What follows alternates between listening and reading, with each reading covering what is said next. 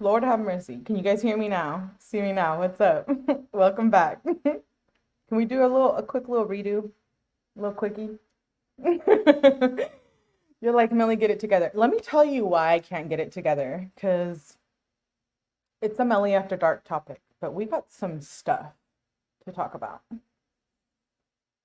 If I told you guys a mistake, you'd be like, absolutely not, Millie.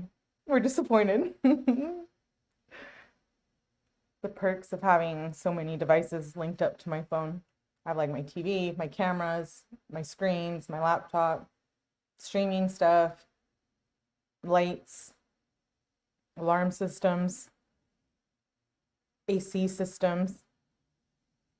Welcome back. We're starting over. Okay. Happy Sunday. Sunday fun day. I'm going to talk about a case today that I've been looking into for quite some time. I was a little shocked that not a lot of people talked about it. It was back in 2022, and as of recent, like earlier this year, both females were convicted. So I only heard of this case maybe about a couple weeks ago, and I just accidentally fell upon this video that I'm going to play tonight from Law and Crime. What we're going to do is we're going to play the video, and then I'm going to show you guys the PowerPoint that I made. This case is about a female named Ashley Bocanegra. She's 30 years old. She was attacked by two females over like a love triangle. So I guess the topic would be bullying, etc. I've recently been dealing with a lot of this. I've had to hire a lawyer about it. And I'm in the midst of working with one, but it's just a topic that I think that needs to be talked about more. And she was a Hispanic female, and she got attacked by two females, and ended up losing her life. And they both got convicted for like murder and robbery because they took her iPhone after they beat her to death, basically, essentially. And I was able to get all the documents. I paid for some of them, and some of them I got through FOIA. Some of them I did pay for. I have the autopsy. I have all of the police footage, all of the footage from the hospital, all of the footage from the family, all of the footage from the friends, the boyfriend. Long story short is Ashley was involved with someone who was in a relationship, a guy by the name of Daniel. And he was living with a female and they had a baby together. And Ashley also was a young mother at 30. And Ashley and Daniel started seeing each other at work, and they developed a relationship. And Antonetta Stevens, which is one of the females in this case that got convicted, she lured her to his apartment. She took his phone and was like, come over, baby, like, playing that whole card. And Ashley was attacked. And I have all of those videos. It's brutal. I'm going to show the Law and Crime video. I think we should watch it together. And then I'll go through some evidence photos that I found that I could share. I went through about 600 of them. And a lot of them, I felt like I'm entitled to them. I paid for them, and they're legal documents that you can essentially get through court or a subpoena or FOIA or etc. So I felt like I should share it, right? It's public information. But I feel guilty. I feel like sharing a person lying in a hospital bed, losing their life, I feel like it's unethical. So as much as I have the content and I want to show it, this is just part one. We're going to cover the video that I found. We're going to cover her autopsy and some photos today here. We're going to cover some of the 911 calls. They're 3 minutes short. It's not really that long. And then some videos of her after she got beat from her home camera. Very short. This is just part one. I plan to do up to 5 parts on this case. Considering I have all interrogation interviews, I feel like, why not? Let's review them. Let's talk about bullying. Bullying is We've all experienced it. We're currently experiencing it. We go through it, whether it's physically in school, family, friends, online. I think it's something we need to talk about. And so it's brutal. That's why on my thumbnail I put trigger warning. This involves a lot of violence. It's very uncomfortable.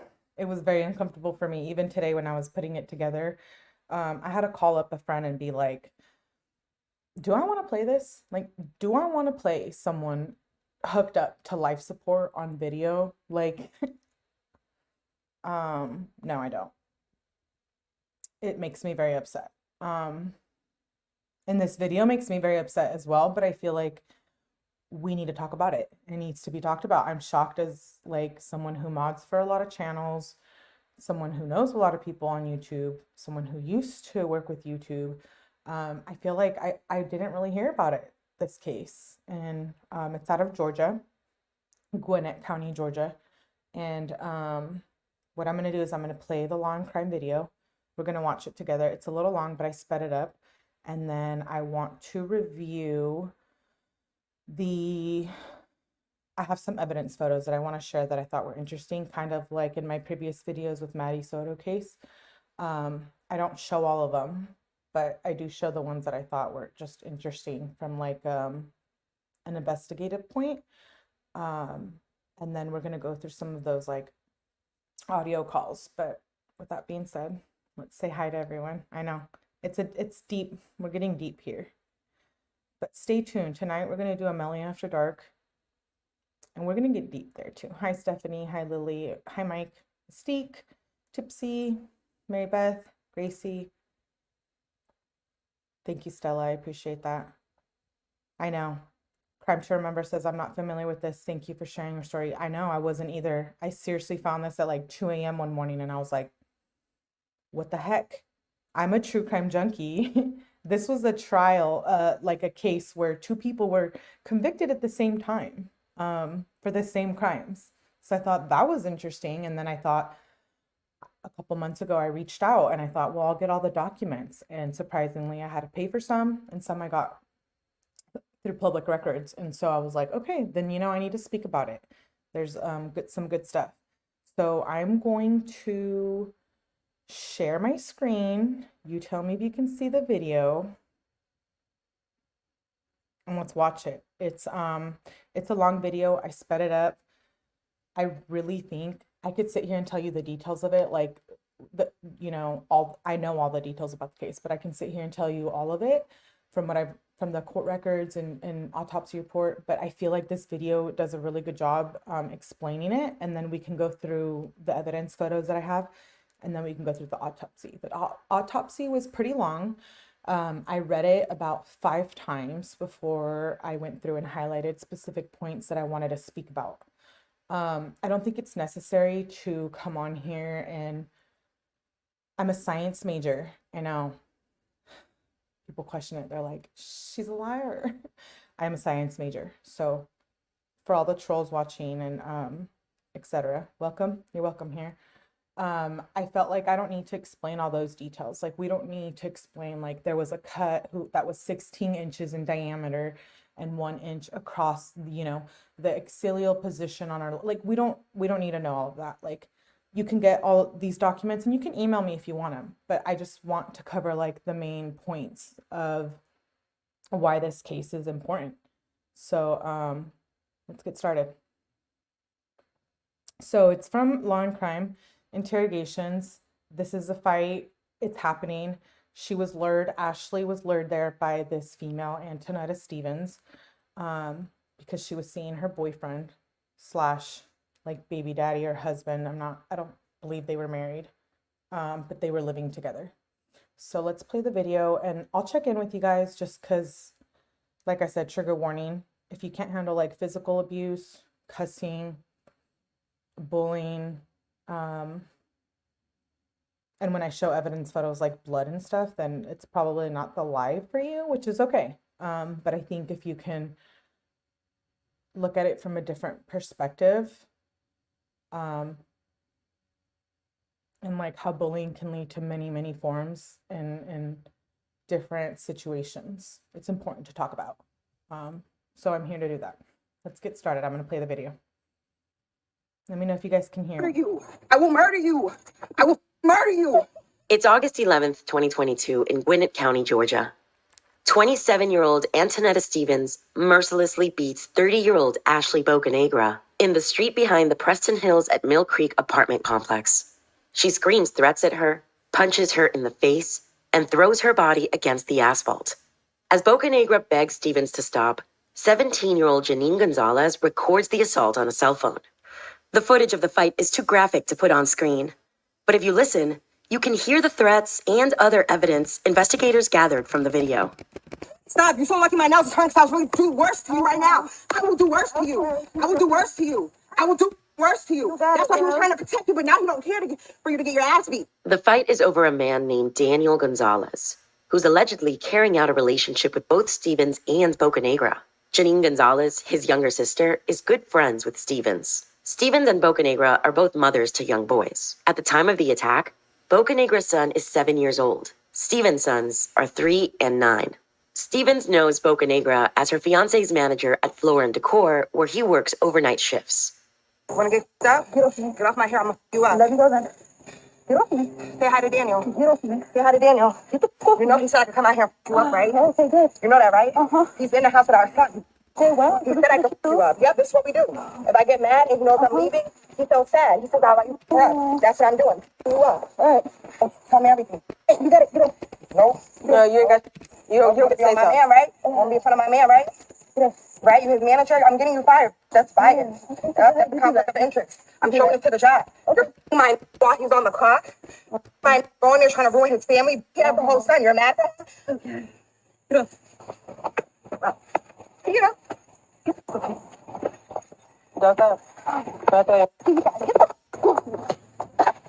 Yeah.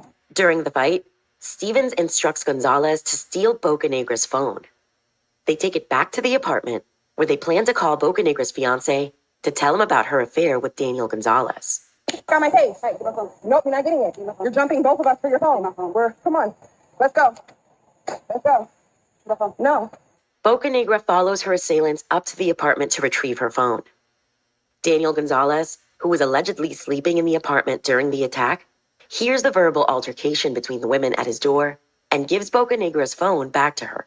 According to the Gonzalez siblings, Bocanegra appears badly beaten. She goes to a local hospital to treat the injury she sustained from Stevens. Several passersby witnessed the attack.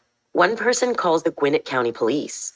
Authorities go to Stevens' apartment that afternoon to ask what happened. Can they come out? The females that are in there? Yeah. This girl, she came to my house. She's going to sleep on my fiance.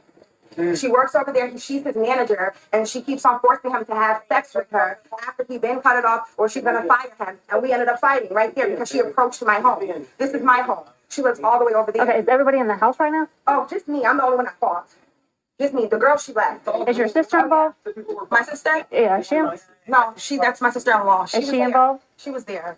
Are you two arguing? Are you guys? No, we're not arguing. Okay, so let's go inside. The female that he's been sleeping with. Him? Yes, my fiance. I've known him for 5 years. Okay. We moved here together from up north. So he works at Floor & Decor.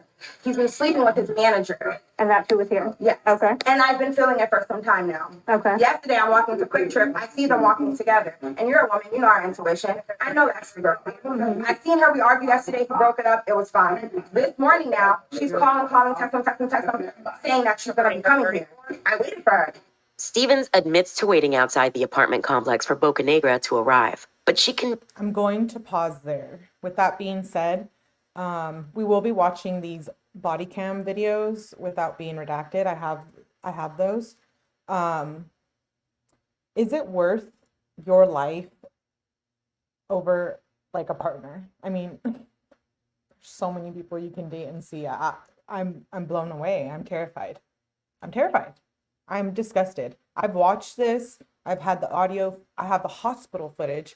I have where her body's being transported. Like, I have seen this so many times, and I can't handle it every time I watch it. conveniently leaves out one crucial detail. Stevens lured Bocanegra to the apartment by posing as Daniel Gonzalez in a series of text messages. Where's she at? She's walking in the park. Hold the phone now. By the what? By the pool? Oh. All right, bro. Where are we going? Look, right there, right there. That's what. That was me. You know. By that evening, Yeah. Gwinnett County police receive a call from the hospital where Bocanegra checked in. She needs to be transported to a different hospital for surgery. Unfortunately, her injuries are too severe. The 30-year-old New York native and mother to a 7-year-old boy dies before they can operate. Upon receiving the news of Bocanegra's untimely death, Gwinnett County detectives make their way to the Preston Hills at Mill Creek apartment complex. They're looking for Stevens and Gonzalez. I know, that was the girls that were walking. They went to Quick Trip. Hey, I'm Detective Carter with Gwinnett County Police. Are you your internet? Yeah. Hi. Hey, this is Detective Poppy, Sergeant Poppy. Hi, nice to meet you. We know that there was like an incident Yeah. that happened earlier today. Has anyone called you about it since? No. There's somebody supposed to. Well, Bocanegra checked in. She needs to be transported to a different hospital for surgery. Unfortunately, her injuries are too severe. The 30-year-old New York native and mother to a 7-year-old boy dies before they can operate. Upon receiving the news of Bocanegra's untimely death, Gwinnett County detectives make their way to the Preston Hills at Mill Creek apartment complex. They're looking for Stevens and Gonzalez. I know, that was the girls that were walking. They went to Quick Trip. Hey, I'm Detective Carter with Gwinnett County Police. Are you your internet? Yeah. Hi. Hey, this is Detective Poppy, Sergeant Poppy. Hi, nice to meet you. We know that there was like an incident Yeah. that happened earlier today. Has anyone called you about it since? No. There's somebody supposed to. Well, we just got another call about it. So I guess the girl went to the hospital Okay. and she died. She died. She's dead. So, but we know that there was like an altercation that happened And beforehand. that was mutual, and she came here. Yeah, we understand that. Yeah. So, but we, I because of wasn't it, going to kill anybody. Yeah. I'm not. It was mutual? Oh, so she wanted to get beat up and have blunt force trauma. Like it was mutual? Really? I get it. Yeah. But because of that, we have to kind of talk to you guys and get a more formal statement. Sure. Okay. Wow. I'm so sorry about that. Yeah. That was not my intention. I've been mentally going through a lot. I have bipolar depression, and I'm just going through a lot right now. And you know, I came here from up north with my fiance. That's him. Hey. I came here with my fiance. Okay. Yeah. So I came Are you the here- sister? The Yeah. sister? Okay. Sister. I came here with my fiance to start a new life, buy a house, everything like that, and I never expected him to basically cheat on me with someone at the workplace. You know what I'm saying?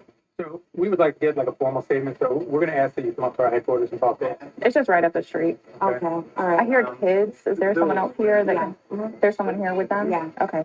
Once Stevens and Gonzalez arrive, the women are placed in separate interrogation rooms where they wait for Detective Araya and Detective Carter.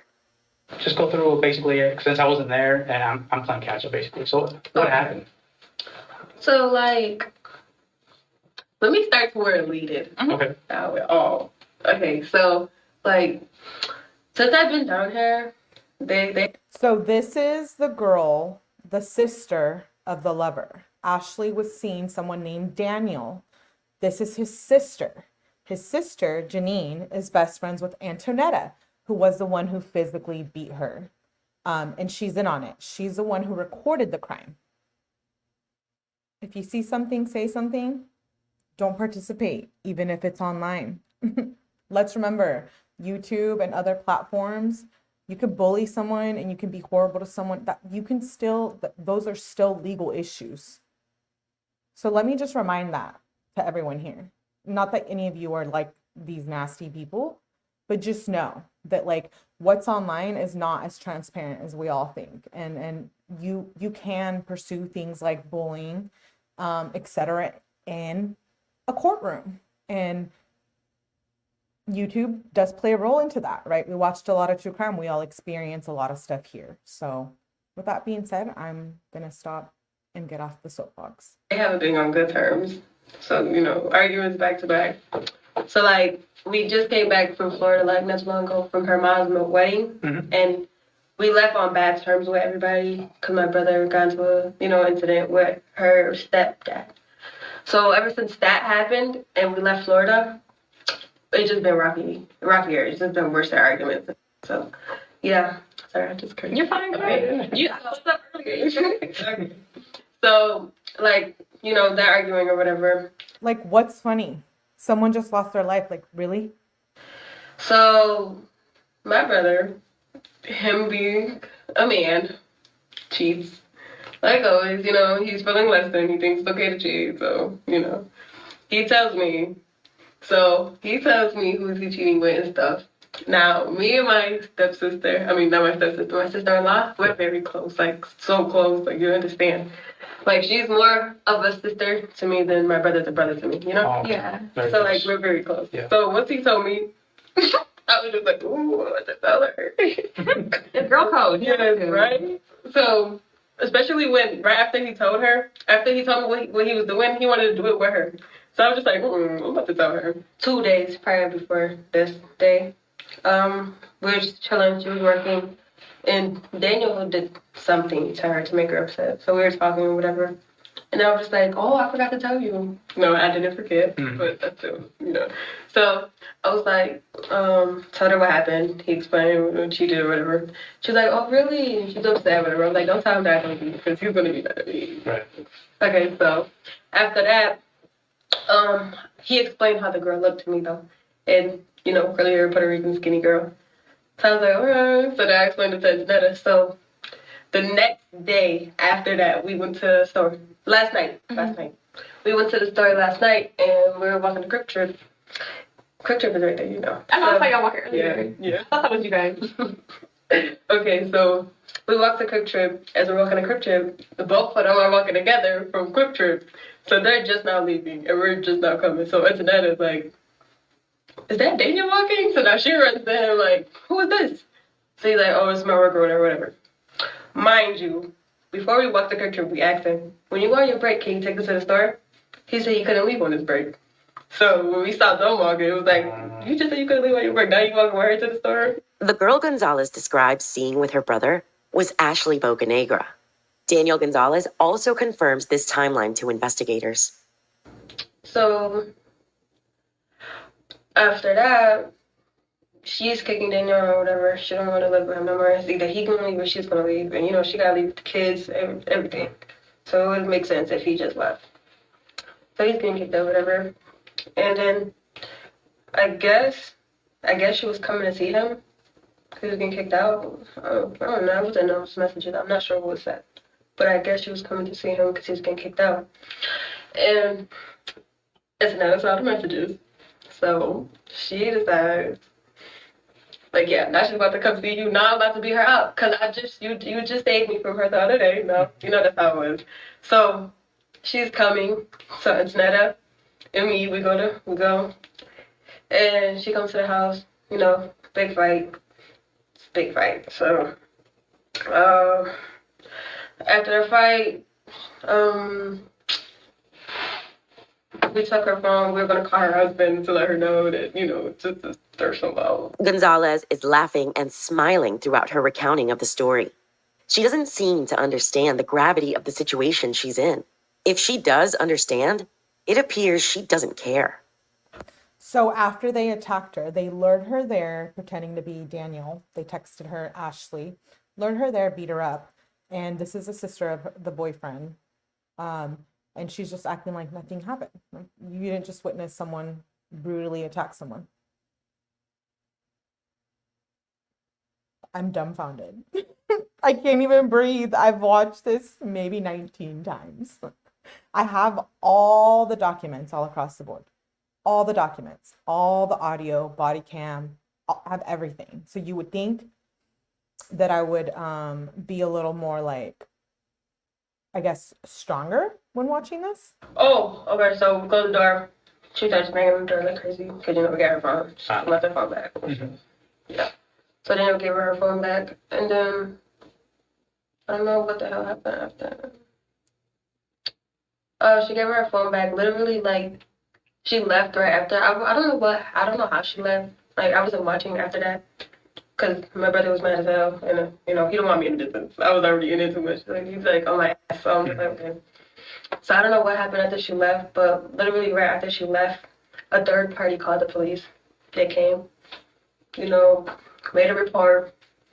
And then after that, it was over, whatever. And then just know you guys came. Yeah, that's all I know. When you guys fought, how long did that fight last?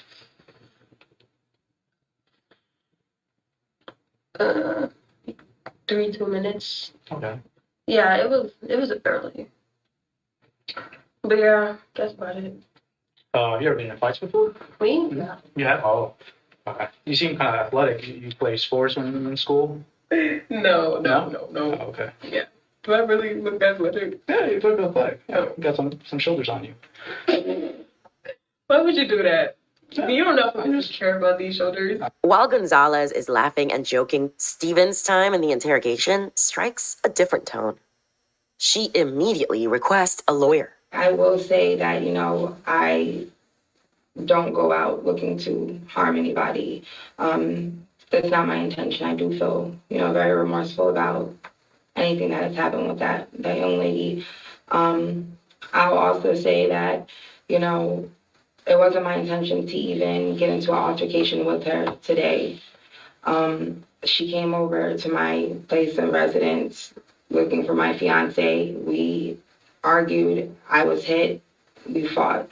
I feel really bad, but I don't know. I'm just, it's just too much. Okay.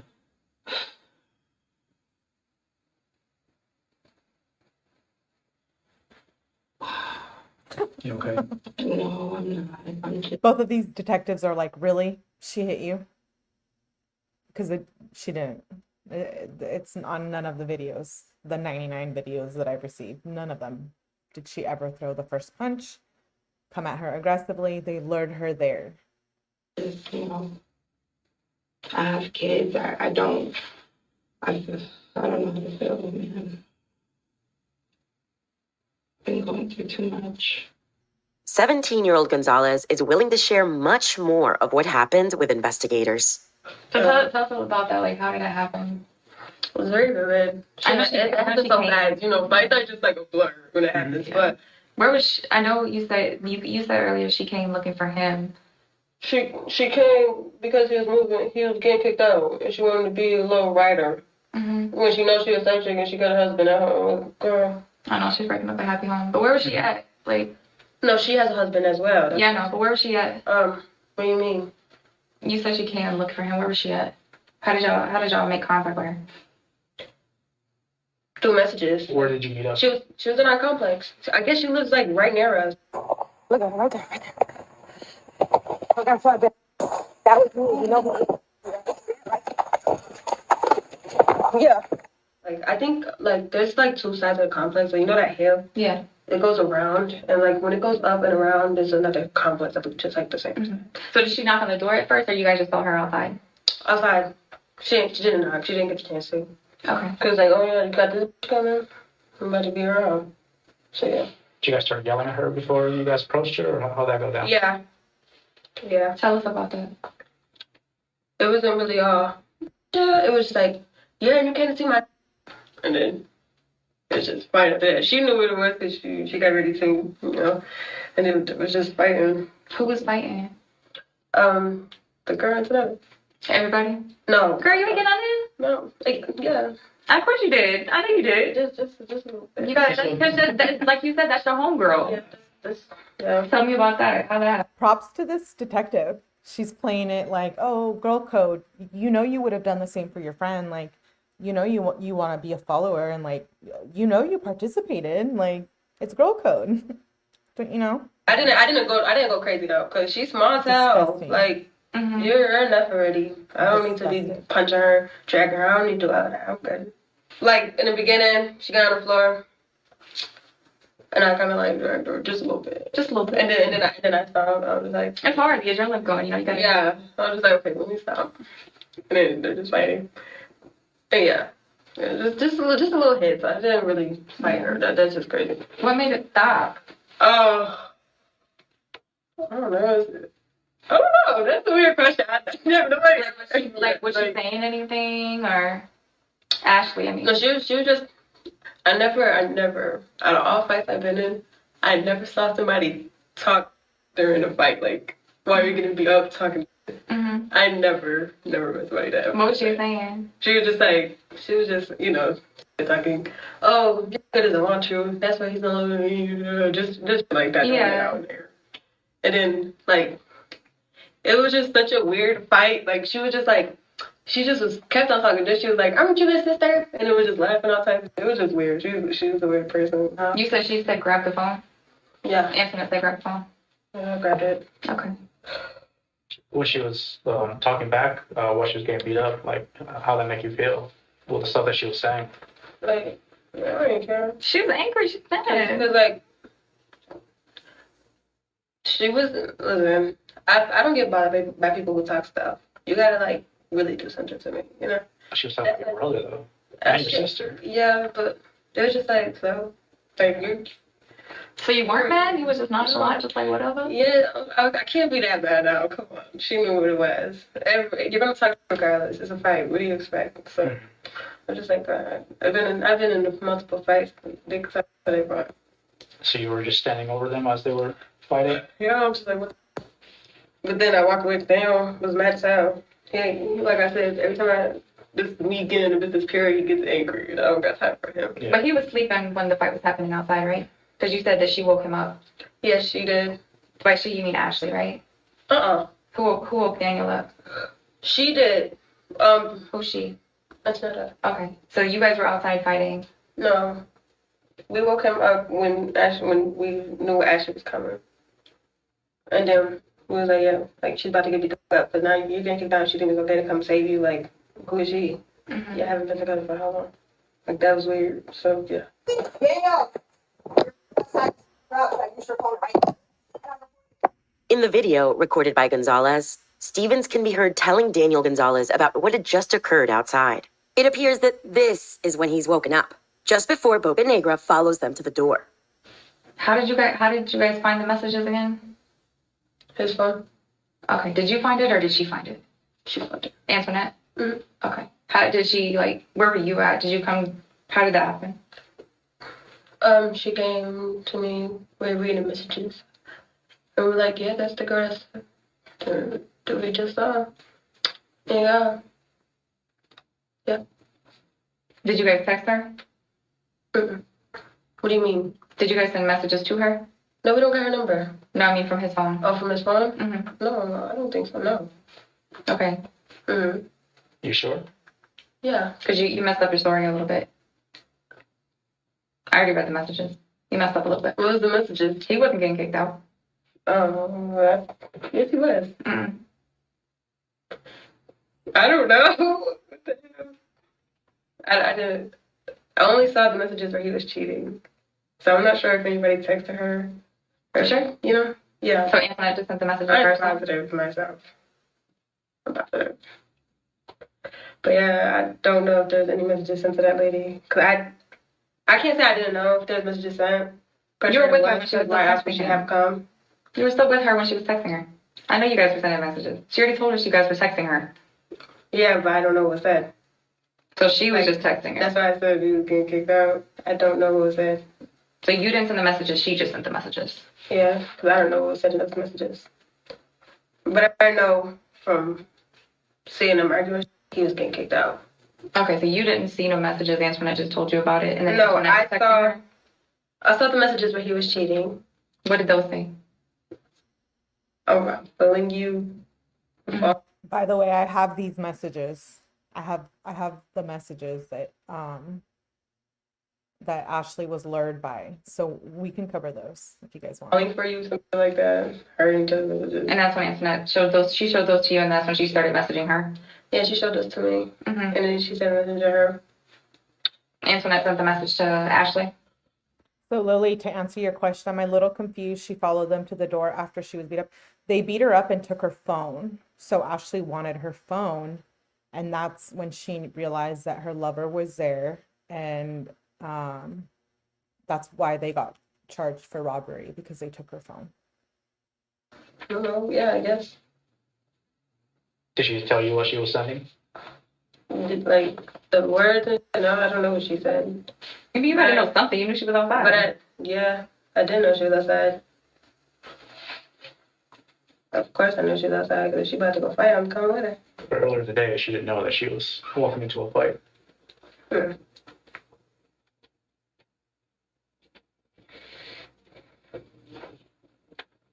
Yeah. Now she's dead. I know, that's crazy. Do you know how she died? Like, From fighting. The injuries of her death.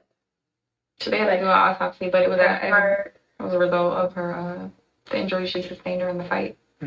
Bocanegra's autopsy report shows that she sustained blunt force trauma to the head. She also suffered from hemorrhaging in the brain and the back. Her cause of death is listed as generalized trauma, which resulted in a rupture of the right adrenal gland, a gland that sits right above the kidney. Her manner of death? Homicide. it's crazy. We will be covering that autopsy here. I have it. I have all of it. Are you ready for it?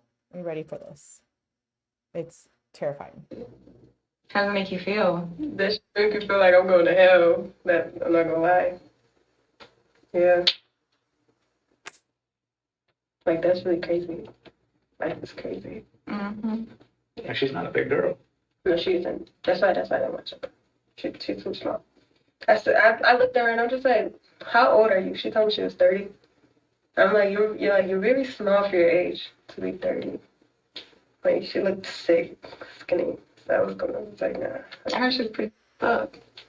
I don't know. Daniel saw it. He said, when I opened the door, I saw her. I was like, oh, and I slammed the door because she was so up. Yeah, he did do that. He did do that. He said he was shocked because But I didn't. I don't know, because I really didn't see her after that. Like, they had me sitting in the back because Daniel was on my. Detective Araya and Detective Carter already spoke with Daniel Gonzalez back at the apartment complex. While his fiancée and sister were being escorted to the police headquarters, Daniel Gonzalez shared what he knew with investigators. Look, we'll come back here and talk to you. I understand you got kids. You just need to be here for now with your kids. We're going to take her up and talk to her, and your sister's going to go. So just 2 parts, so 1 more car visit. And then we'll go from there. Okay? Yes, sir. How long do you look at it? About a year. About a year? So you know Ashley? Yes, sir. How do you know Ashley? I do not have an emotional relationship.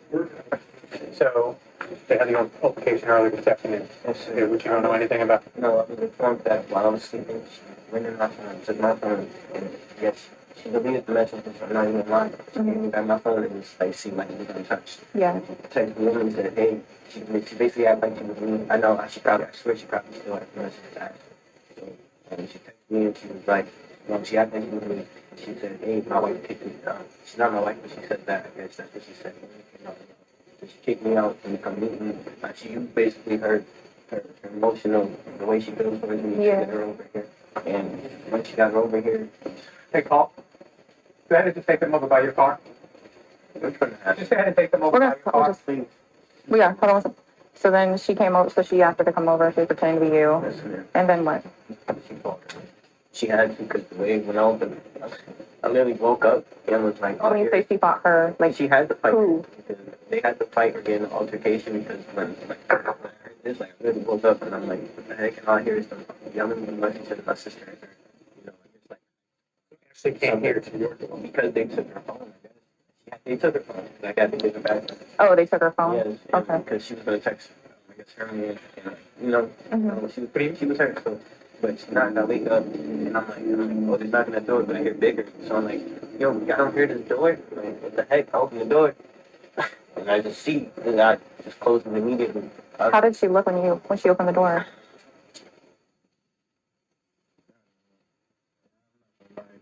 She looked up? Yeah. Okay. He tells detectives that although he is in a relationship with Stevens, he isn't interested in her. Their relationship had been falling apart for some time, leading up to the attack against Bocanegra, his new love interest. Did she talk to you about it afterwards?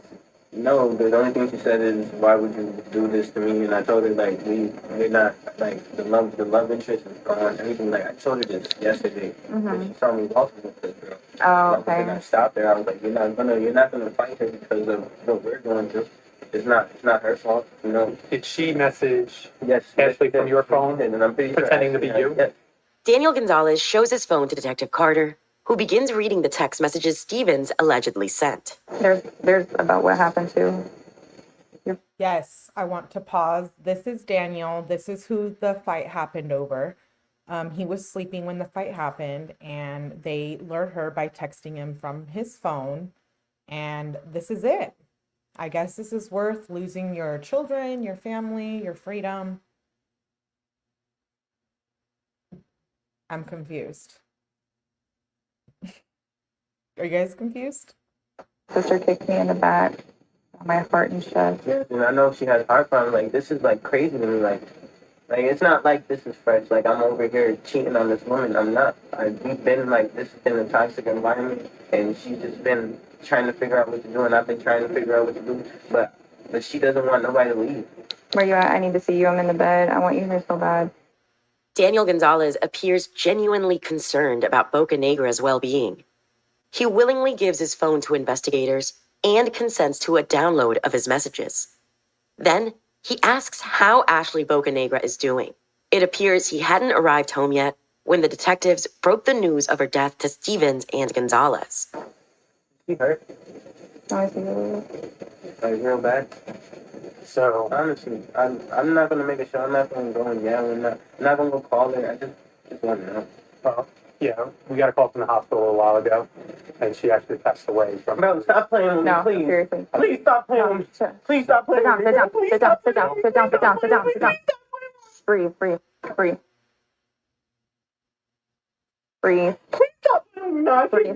Breathe. Oh, Look at me, look at me. Breathe. always. Daniel Gonzalez, obviously distraught, leaves the walkway and enters his apartment. Detectives follow him. I felt the hole in my heart as soon as she left. That's crazy. One tragic and brutal murder. 3 staggeringly different reactions from everyone inside the apartment that day. By the end of their interrogations, the women behind Ashley Bocanegra's violent death received identical charges. Robbery. What? Robbery? Yeah. We didn't steal her phone. We took it so she could come to the house. Oh, you took it. Yeah, You didn't steal it. she got her phone back. I told you she wasn't leaving unless we gave her back her phone. We just did it so we could call her husband, but we changed our mind. Okay. Gave her phone today. She got her phone back. She say it was okay for you to take it? No. Oh, okay. Yeah, that's a robbery. The other charge is murder. Murder? Yep. To be charged with murder. Me? Yeah. That's too bad. That's deep, right? Yeah, that's insane. Yeah. No. What? Murder? I couldn't laid hands on her. All I did was pull her hair. Antonetta Stevens and Janine Gonzalez are both taken to the Gwinnett County Jail. While they're being booked, Daniel Gonzalez is at home with his 3-year-old son. What did you what? That's all I want. Even if I'm not. Okay, yes, definitely watch I SpongeBob. just want 3 young boys are now left without a mother to care for them. Antonetta Stevens and Janine Gonzalez are each currently serving 20 years for voluntary manslaughter and robbery by force at Arendelle State Prison. Their maximum sentence release dates are both set for August 2042.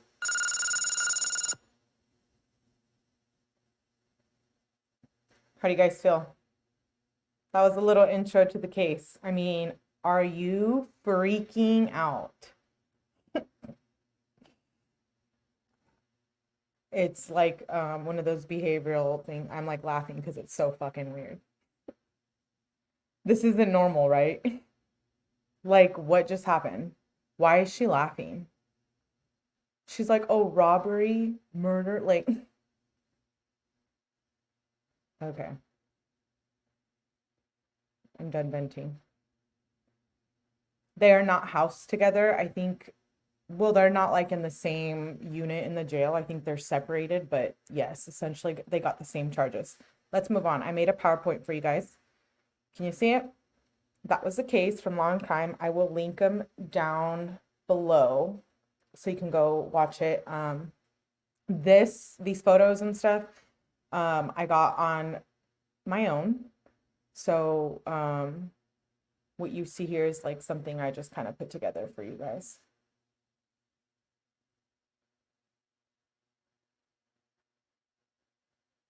I'm in complete disbelief that these two females found it hilarious, then each got 20 years. Terrible humans.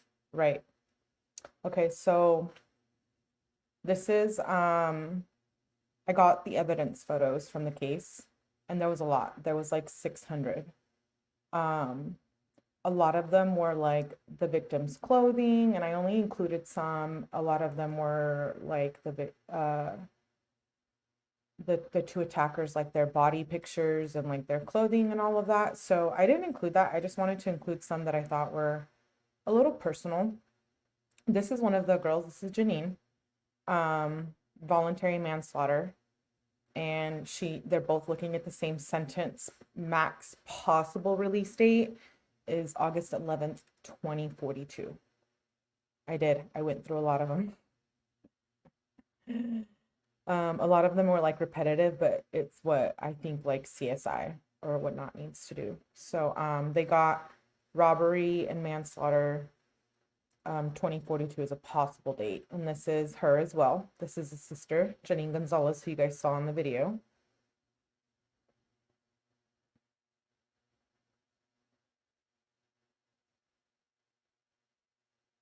I want to make sure you guys are able to see. Can you guys see the PowerPoint?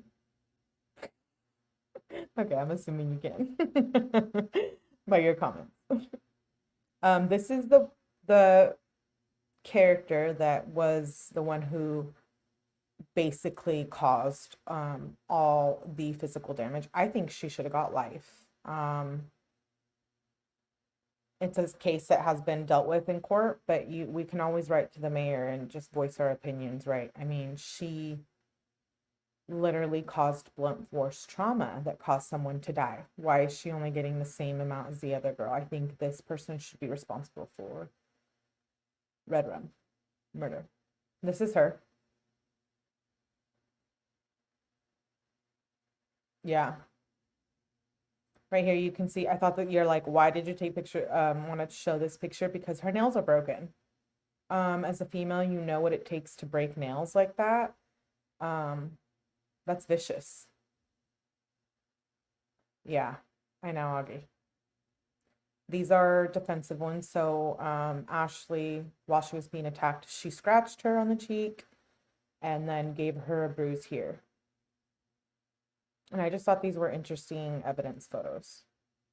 We didn't see them all in the video, but like I said, I have everything. And I'm gonna do segments. So this is part one, introducing you guys to the case and showing you like autopsy, etc.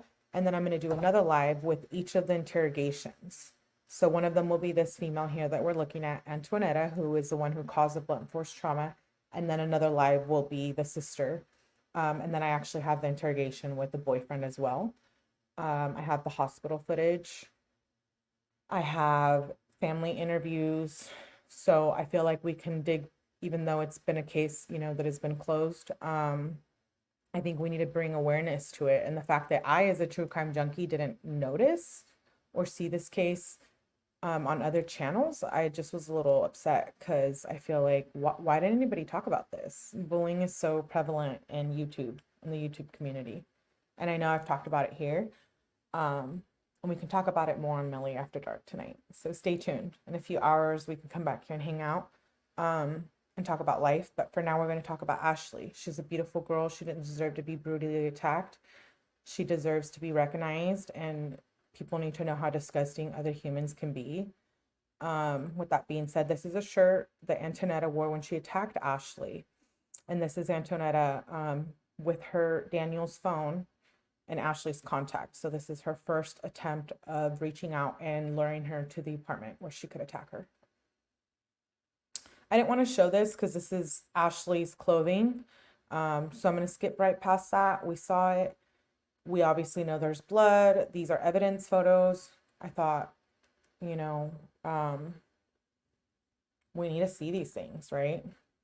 And then I included her on the end. I know that was like a quick little PowerPoint, but it was just some evidence photos that I wanted you guys to see. This is Ashley right here. And she had a little boy.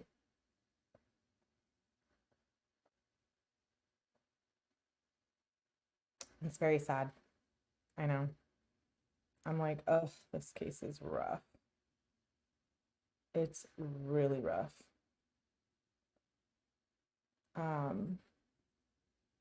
So now I have pulled up the autopsy report.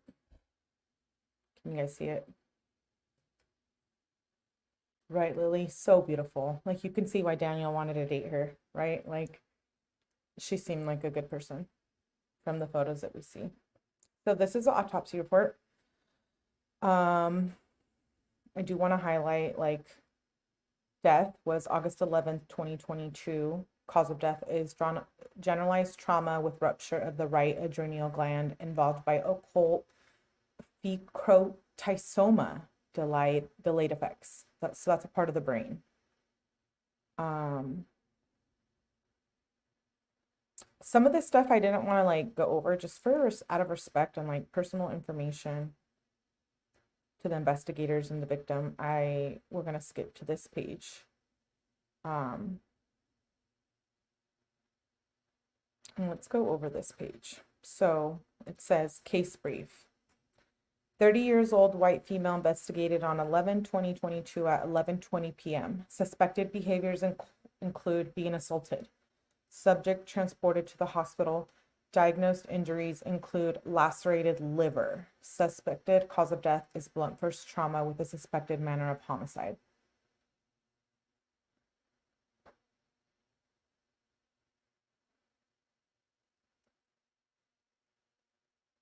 Just want to make sure you guys can still see that. Report of death.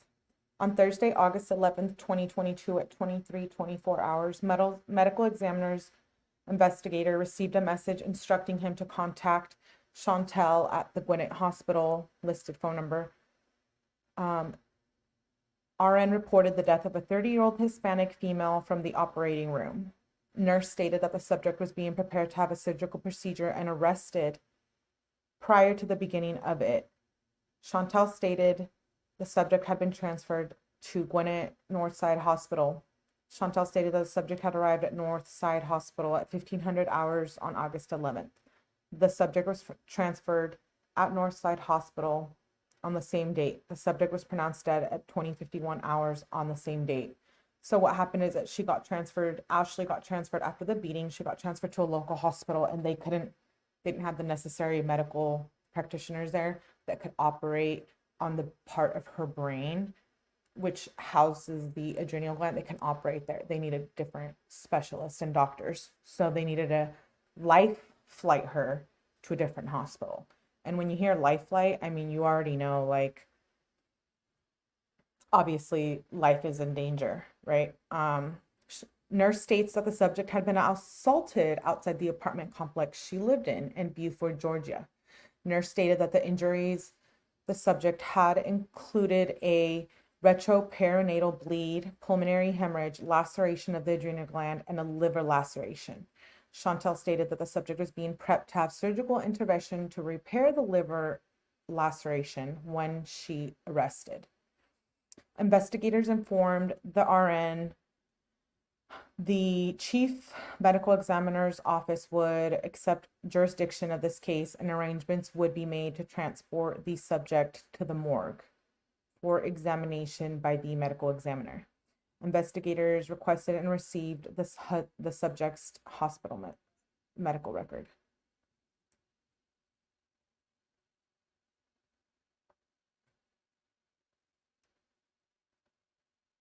Hold on, I want to make sure you guys can see what I'm looking at. Yeah, you can see this. Conversation with Northside Hospital. Investigator called to the laboratory and spoke with the lab night manager, whose last name was not provided. Investigator called to determine if admission specimens had been obtained from the subject upon her arrival. Morgue employee stated that she would check. An investigator would call back. Investigator Reeves contacted the hospital to speak to lab personnel whose name was not provided. Reeves asked about the holding of subjects' admission specimens at the examiner's office. Investigator Reeves was informed he would have to call back during daytime's hour because nighttime lab personnel could not relay a message to the daytime personnel. So basically, they're talking about her body at the morgue. On Friday, August 12, 2022, at 900 hours, investigator contacted the hospital, spoke to the supervisor, and informed that there was specimens taken from the subject and the lab had them. So this is just basically getting hospital medical records to the morgue. On Friday, August 12th at 22 hours, investigator with Gwinnett County stated that the subject lived at Preston Hills Mills Creek Apartments with fiance. So they're talking about Antonetta. The subject, I'm sorry, they're talking about Ashley. Ashley was the one who was dating Julian. The subject was also having an affair with another person who lived at the same apartment complex with his girlfriend. So Ashley and Julian were a couple living in one apartment, and then Antonetta and Daniel were another couple living in another apartment in the same apartment complex, and Ashley and Daniel were seeing each other. The girlfriend got the boyfriend's cell phone while the boyfriend was taking a nap and texted the subject to meet behind one of the apartment buildings. The subject showed up to the boyfriend's girlfriend showed up, and the boyfriend's girlfriend and another female, who turned out to be the boyfriend's sister, were waiting for the subject. The girlfriend and the sister then began physically fighting the subject. The subject fell or was pushed to the ground, and one of the females sat on the subject while the other female kicked and stomped the subject. After the physical altercation, one of the females took the subject's cell phone, and the two females went back to the boyfriend's apartment. A short time later, the subject went to the boyfriend's apartment and knocked on the door, waking the boyfriend up. The subject told the boyfriend what his girlfriend's and sister did and asked for her cell phone back. The boyfriend got the cell phone from the girlfriend. The subject then went back to her and her fiance's apartment. Sometime later, the subject's fiance drove the subject to North Hospital due to complaints of pain from the subject. So after Ashley got beat by Antonetta and Janine, they took her cell phone, and because they lived in the same apartment complex, she was able to walk to them and be like, "Give me my phone back." But it was just a matter of time before she would succumb to the physical injuries she had received, right? Like brain trauma. There's some parts of this I don't want to read. So I'm going to skip a couple pages. Cool? Just out of like, just because it's like personal information. And like, although these are legal documents, I would like to believe that I still want to be ethical. So general information. This 30-year-old Hispanic female reportedly was attacked by another or other sustaining injuries. Following the altercation, the subject reportedly went to the apartment of one of the reported perpetrators to retrieve her cell phone. She then returned to her apartment and called her boyfriend. Reportedly, the subject's boyfriend showed up at the subject's apartment and took her by private vehicle to Northside Hospital. Reportedly, the subject was air flighted from the hospital to a different hospital where she expired despite the attempts of medical intervention. Date, time, and place of examination. Under Georgia Death Act investigation, Gwinnett County, I don't think we need to know that. We already know her body was identified.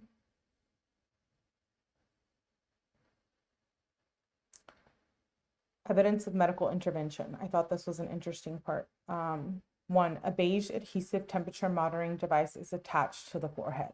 Encircling the neck is a cervical collar, which is placed by Velcro.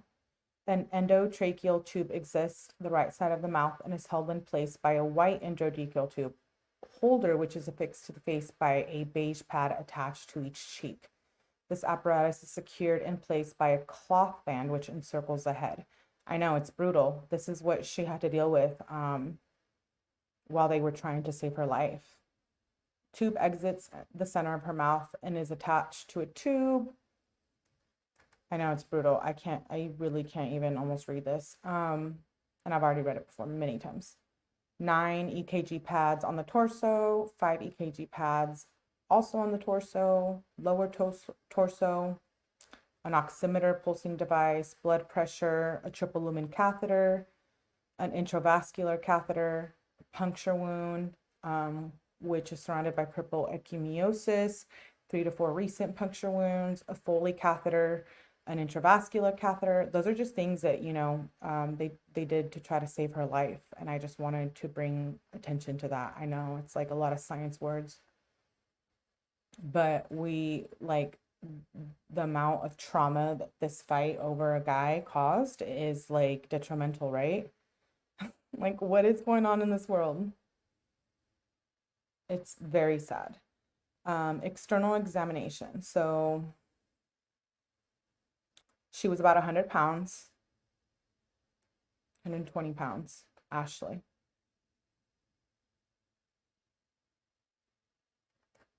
They're just talking about like her body.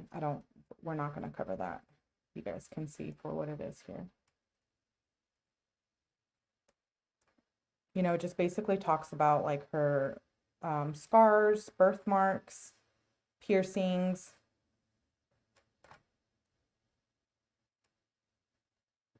If you want this, you can email me and let me know.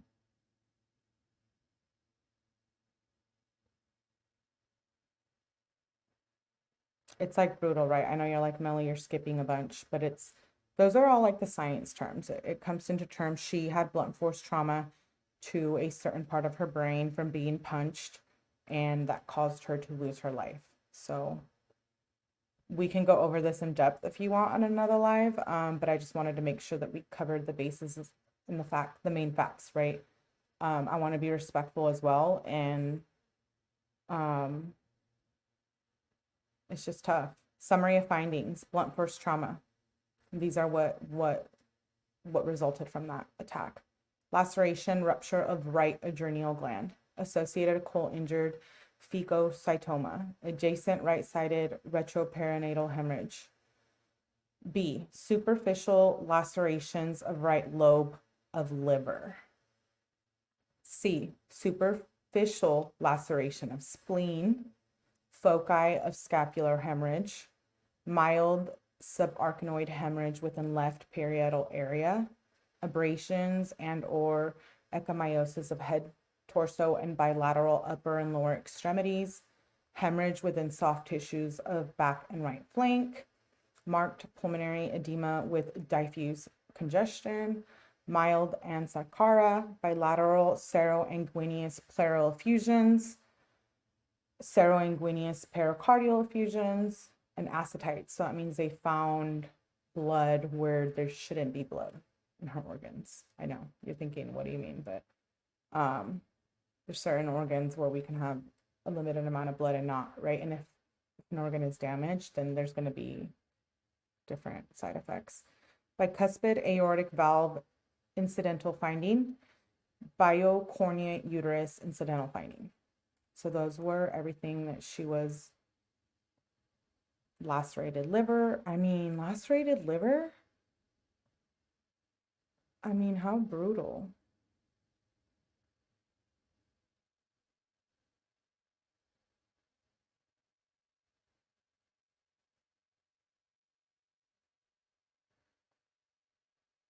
Can you guys see me? Did I freeze?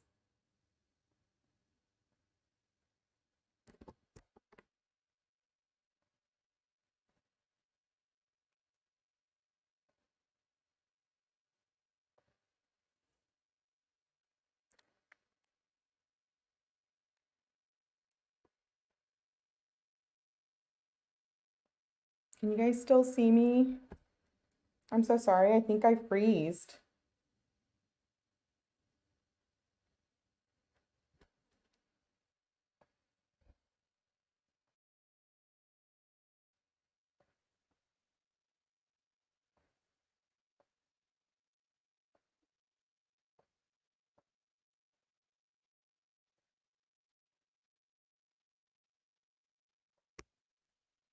You guys can still see me. I can't see you guys. I'm like, no, this happened the other night. I'm in the middle of sharing a document and I can't see you guys.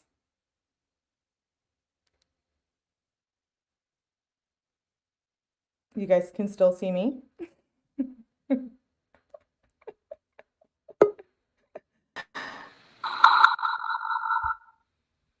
Can you hear me? Oh no.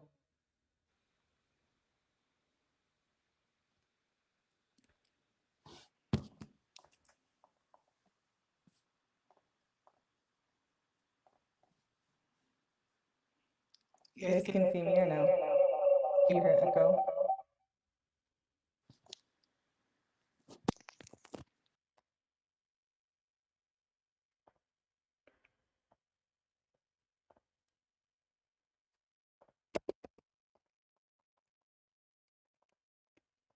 I'm so sorry, you guys. I don't know what's happening. StreamYard just like froze on me.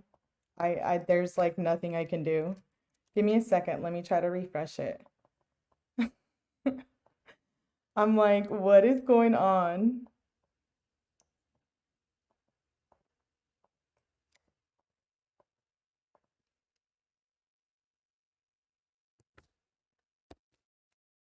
Can you guys see me? I'm so sorry, you guys.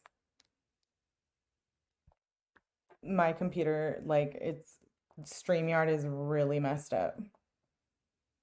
This sucks.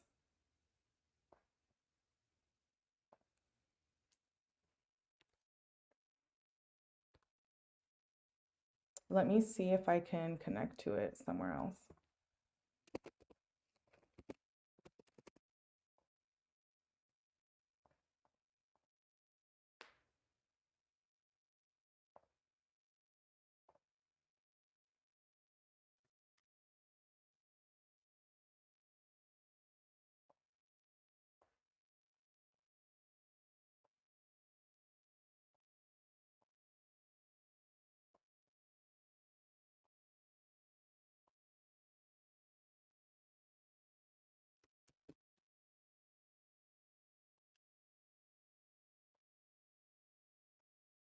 Can you guys see me? I'm so sorry. I'm so sorry. I can't see you guys. I might have to restart this stream again. I know. Are you guys seeing me? You're like, you guys are probably seeing me.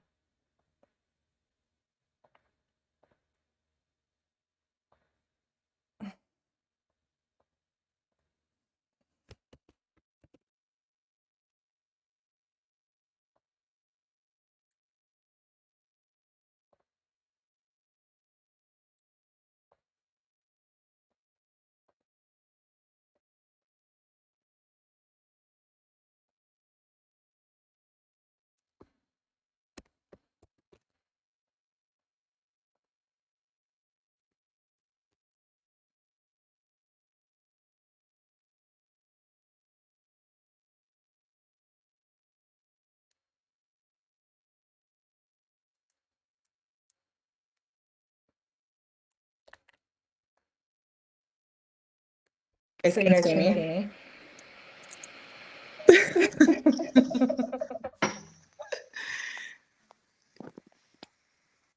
Do you see me and hear me? What a mess. I can't fix my internet. I'm so sorry, you guys.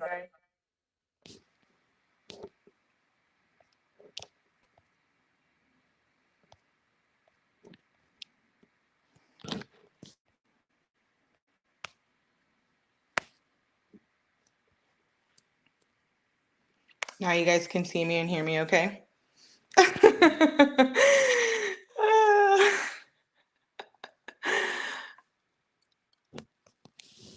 It's like my StreamYard got connected, but it won't let me stream the documents that I was just showing you guys. We were in the middle of going over those. You guys can see me and hear me now? That sucks. I felt like we were doing really good on that live. I don't know what's going on with StreamYard. I'm like trying to get it back up on my computer. It's not even working. StreamYard has officially shut me down. Yeah, no. It's really weird. I've never had as many problems as I've had with StreamYard within the last like week. It's terrifying. I know we were in the middle of reviewing those documents too. So let me see if I can pull them back up. I'm sorry, you guys. That's annoying.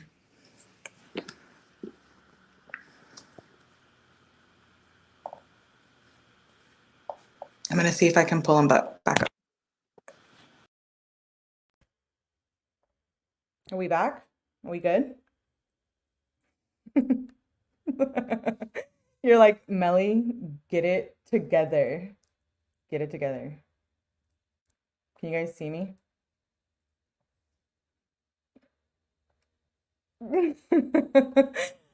I wish StreamYard would stop messing up. I feel like my tech is good, not the StreamYard.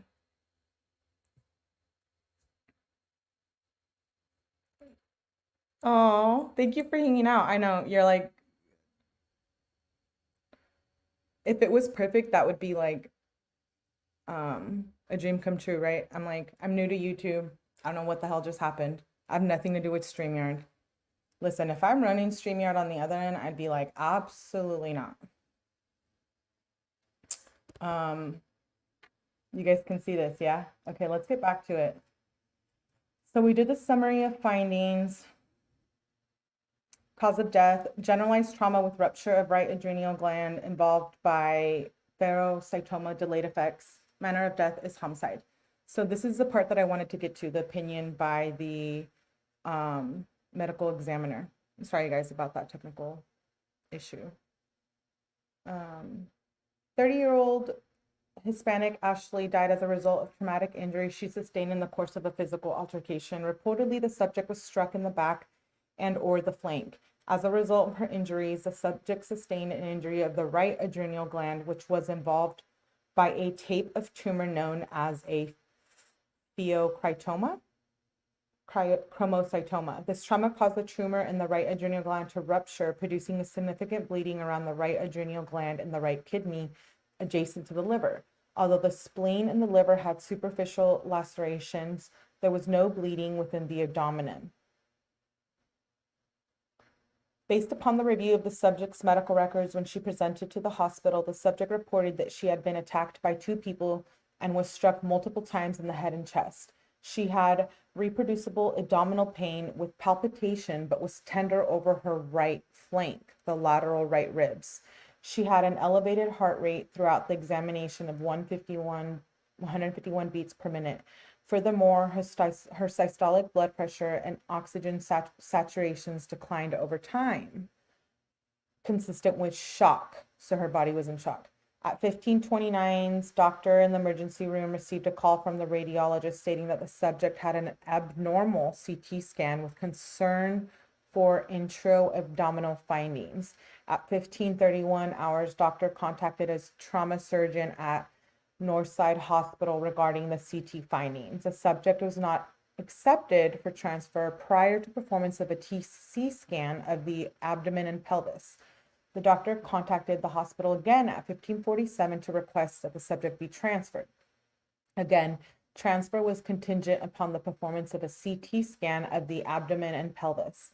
The subject was in the radiology department getting her CT scan from 1600 to 1711 hours. The subject continued to decline in oxygen saturation and hemodynamic stability. She was intubated at approximately 1715 hours. At that point, the medical record indicates that life flight was en route to Northside Hospital for the patient to be transferred. The medical records display that the subject was discharged from the hospital. And then it gives like some blood work information. She was pronounced dead at 20:51 hours. The subject's blood specimen was negative for alcohol. They tested her for everything, alcohol, amphetamines, etc. Obviously, not that they thought she was on anything, but they just want to make sure. certain amphetamines, and cocaine metabolites. As a subject death was precipitated by injuries inflicted by another, the manner of death is certified as homicide. I mean, how brutal. Are you guys freaking out? It was. I want to play some of the 911 calls. So we're going to play the first one.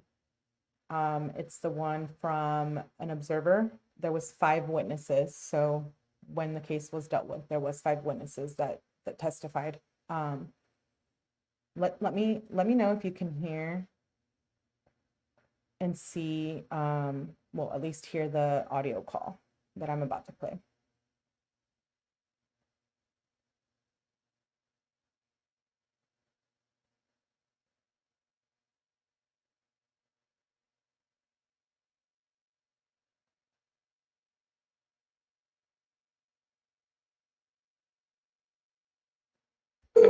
Well, we just got another call about it.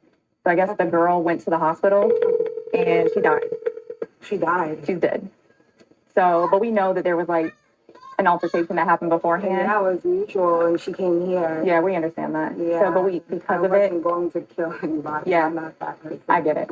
Yeah. But because of that, we have to kind of talk to you guys and get a more formal statement. Sure. Okay. Wow. I'm so sorry about that. Yeah. That was not my intention. I've been mentally going through a lot. I have bipolar depression, and I'm just going through a lot right now. And you know, I came here from up north with my fiance. That's him. Hey. I came here with my fiance. Okay. Yeah. So I came Are you the here- sister? The Yeah. sister? Okay. Sister. I came here with my fiance to start a new life, buy a house, everything like that, and I never expected him to basically cheat on me with someone at the workplace. You know what I'm saying? So we would like to get like a formal statement. So we're going to ask that you come up to our headquarters and talk to us. It's just right up the street. Okay. All right. I hear kids. Is there someone else here that can? Sorry, I said that was from Okay. the. Once Stevens and Gonzalez arrive, I'm sorry, you guys are probably listening to the video from before. You're like, we already heard that, Melly. Tell me if you can hear this audio call.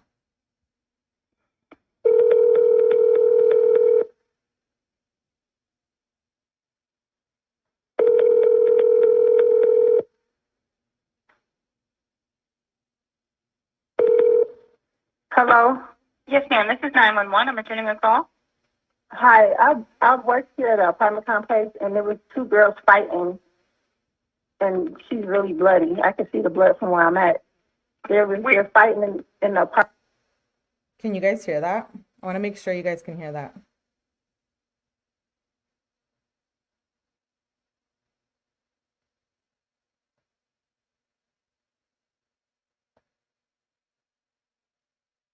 Okay. Thank you for letting me know that you can hear it. I just want to make sure.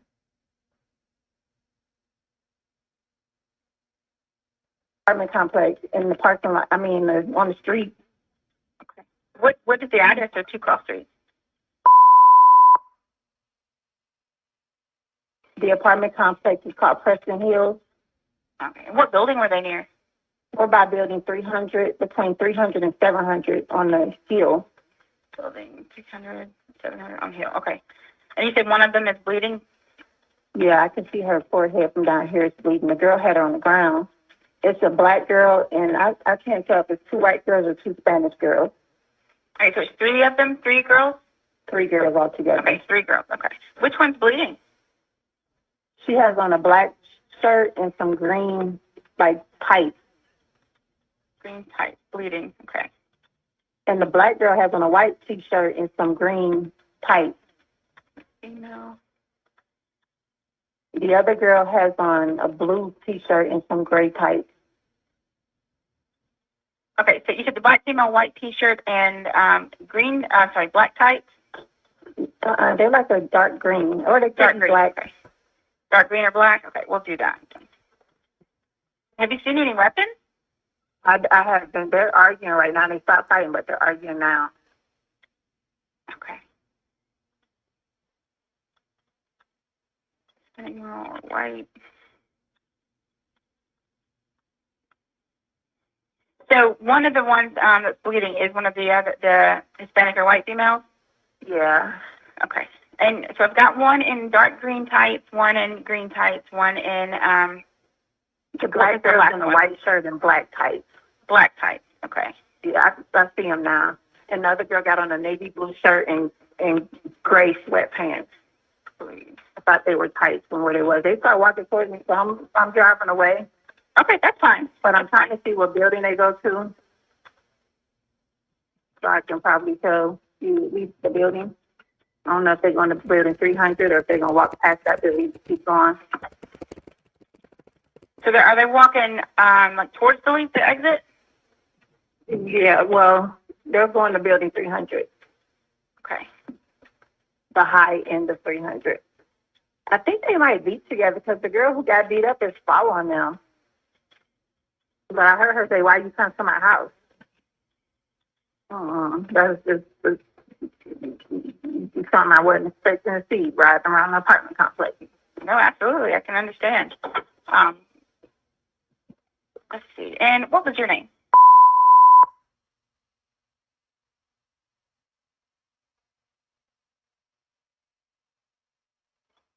Okay. And a good phone number for you?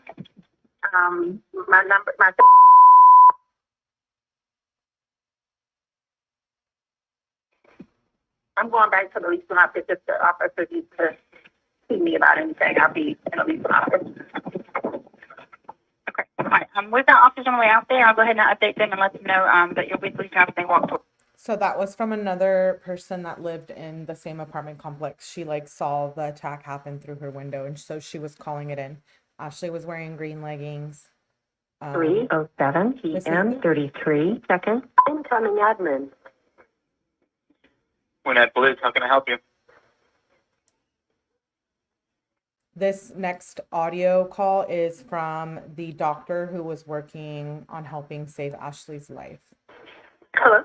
Yes, hello, Gwinnett Police. How can I Hi. Hey. I was calling to report an assault on one of my patients who came to the ER. help you? Okay. And what is the address for the hospital? The hospital. Let me go up right here.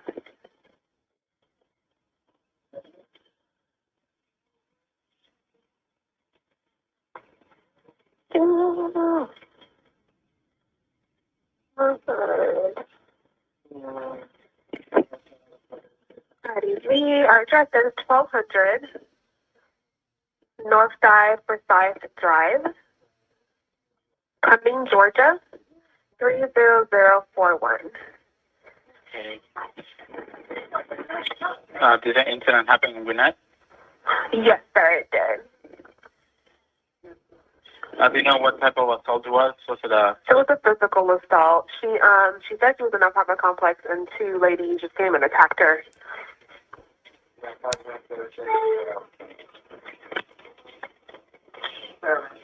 Just 1 second.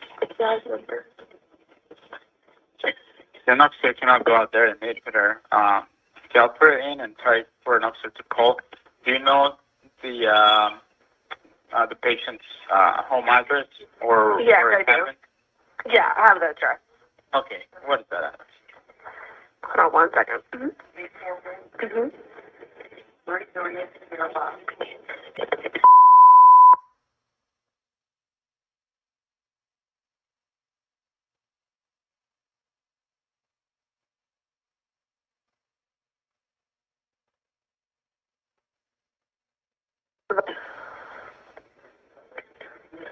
Okay.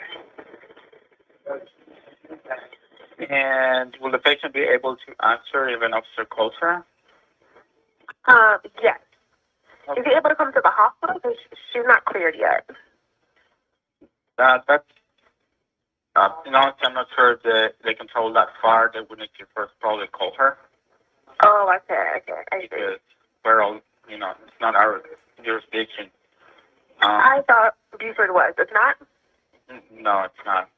What's the jurisdiction? I'm sorry, Buford is Gwinnett's jurisdiction. Are you Yeah. incoming or? The hospital isn't coming because she came here, but the assault happened in Beaver. So I was told we need to call the jurisdiction that it happened in. Right, that is correct, but Okay. what I meant to say is that the hospital is outside of our jurisdiction. Okay. But I will definitely have an officer at least give her a call. Okay. What is the name of the patient victim? Patient's last name, I'm going to spell it for you, is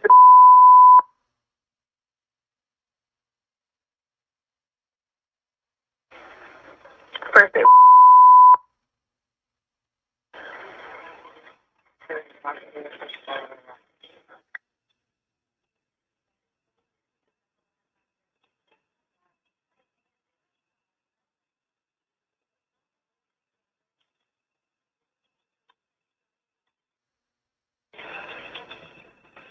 Okay, so that was a call between the doctor and when she called into the police department. Let me know if you can see. I'm going to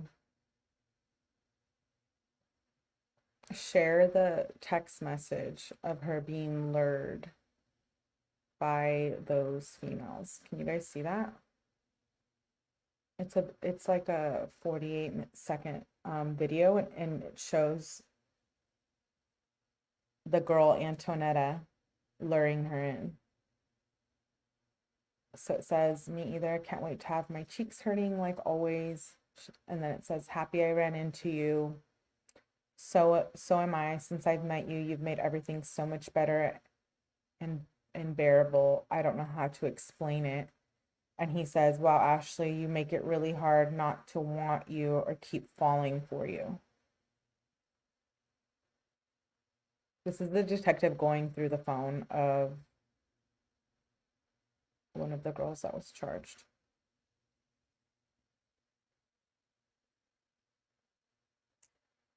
She says, "I can't help it. I can't tell how I feel and not worry about your reaction. I feel secure on you. I don't know why, but I just do."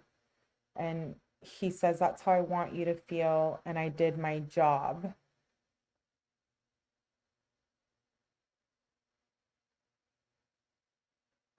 And then she says, "Well, that's how you make me feel. So hell yeah, you did your job, LOL." And he says, "Just know it's going to be like that.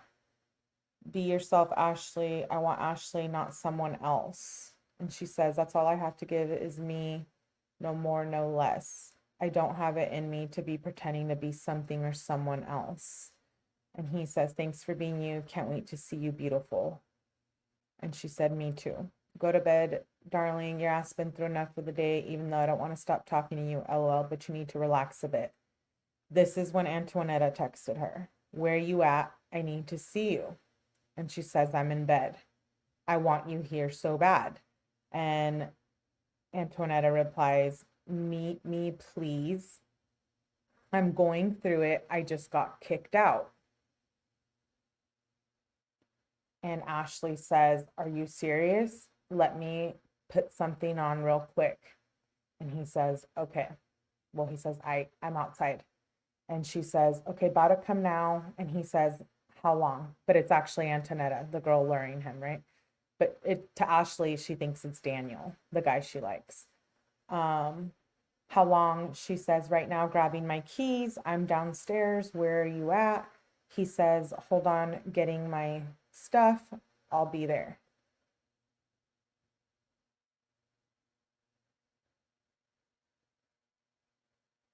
And she says, "Okay." And he says, "Meet me in the back. I don't want no problems." And she says, "Okay." And then says, "Damn, this is too much. I'm going through it." And she says, "I'm really sorry." And he says, "You there?"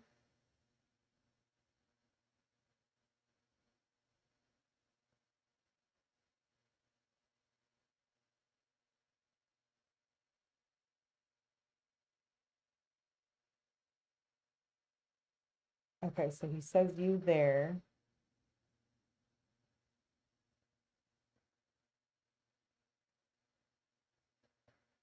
Now let me play the next one. Sorry, they separate them the way that I get them from the police department.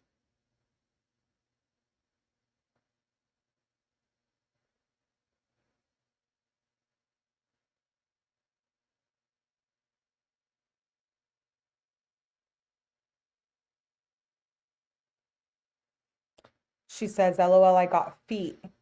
And he says, sorry, baby. I was going to go through the back of the building, but dogs be back there, LOL. And he says, okay, go to the boats. I don't see you. Blank, blank. She says, I just went all the way around, wasn't trying to go by you. And he says, nah, you good. She packing? And Ashley says, so WTF, she kicked you out. Is she leaving? And he says, she's crazy, brah.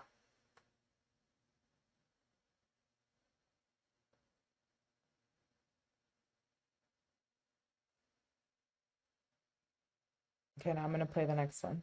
I know you're like, what's going on? But it's because they sent them separately.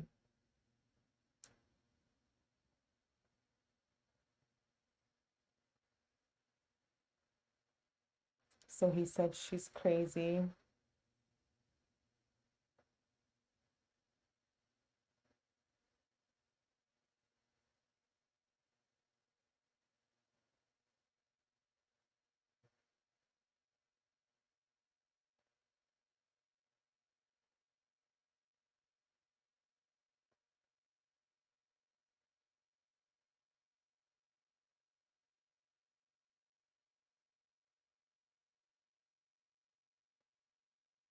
She says, I'm so mad for you.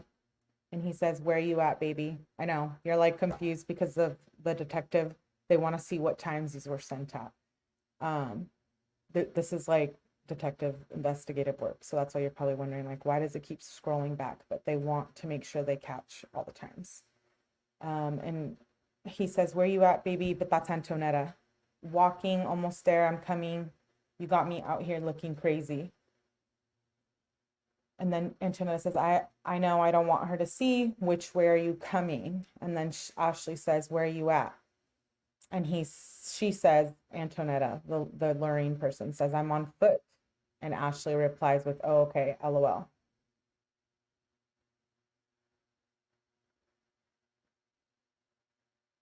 Daniel says, where are you at? She says, I'm almost near the park area. Daniel's phone replies, okay. And then Ashley says, where are you at? And then Daniel's phone says, by the boats. Okay, I see your sis. That's what Ashley responded. And then Daniel's phone says, Ashley. And then Ashley says, what? And then Daniel's phone says, please, you okay? And then Ashley's phone says, LOL. And then Daniel says, can I see you? The cop's here. You want to tell him? And Ashley says, no, I'm good. Leave me alone. I'm dealing. And then she misspelt something. I guess this was after the attack. And he says, please talk to me.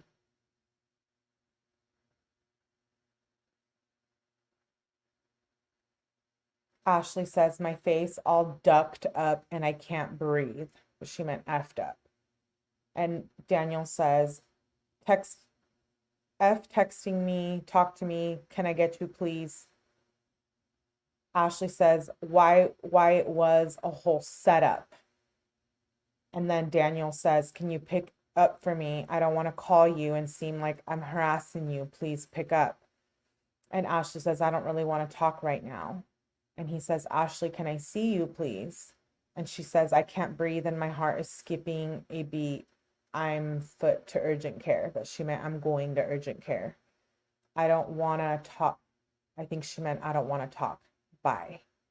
And then he says, no way, please. And then she says, your effing sister kicked me in my back and my heart and my chest. I was good till she did that. And he replies with, Ashley, I really, with all my good intentions, want to see you and check on you. I feel sad. I can't believe your face and body is hurt. Talk to me or let me see you. I'm sorry it hurt to see you like that. Please. Sorry, I wasn't either. She didn't respond at 5:12 p.m. because she was already in the hospital.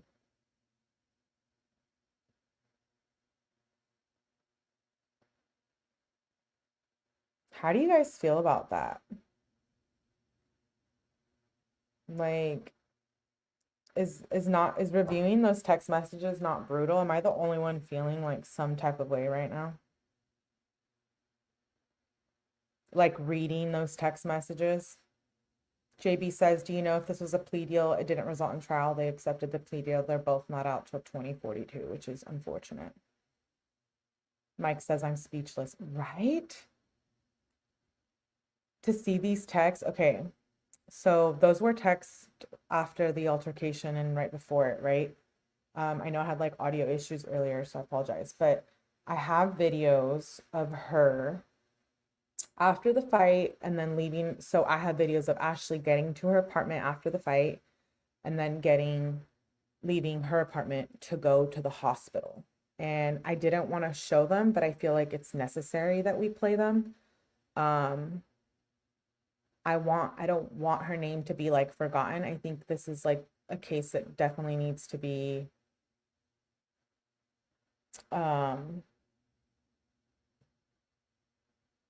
like talked about, right? This is brutal. Even though they're both in jail, it's still like, wow, this woman lost her life over a guy, and bullies and jealousy and envy. It's devastating. So the videos I'm going to play are just like really short. They're like 15 seconds. So they must have been charged with murder. Yeah, they did. They got charged with what was, I think, some type of manslaughter and then robbery for taking her phone. Why did the girl who attacked her not get life is beyond me. Maybe the sister, okay, she just videotaped it. I think they both should have gotten life. Do I want these people walking amongst us, even if I don't live in Georgia? Absolutely not. But I guess that's not my call to make. So this video that I'm playing right now is Ashley arriving home after the fight. So like she just got beat up and she's walking home into her apartment. They live in the same apartment complex. So it's 15 seconds. The three videos are all 15 seconds, but you can at least see her and her physical reaction to the trauma, right? Like she's not feeling good. She's hunched over. Obviously they lacerated her liver and blunt force trauma. So.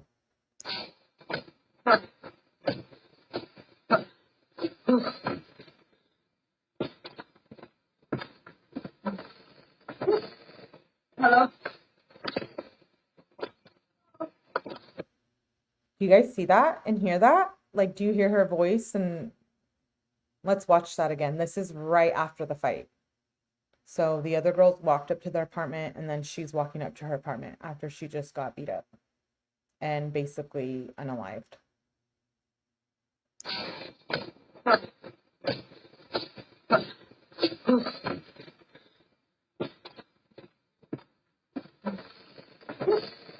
Hello?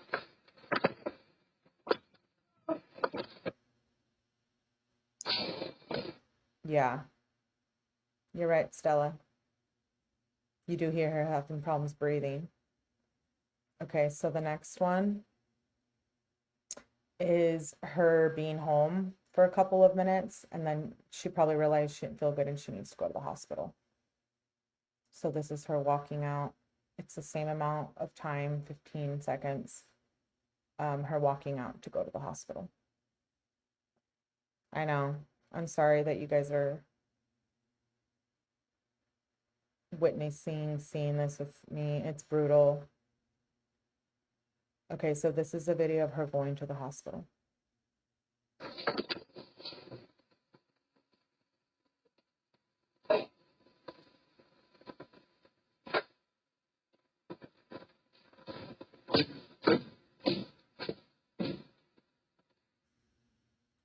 Do you see her walking and spitting over like the railing? Clearly, she doesn't feel good. Her brain has already been traumatized and compromised, and she's already had liver laceration. Her body's already in shock going into like a state of shock before death. Let's watch that over again.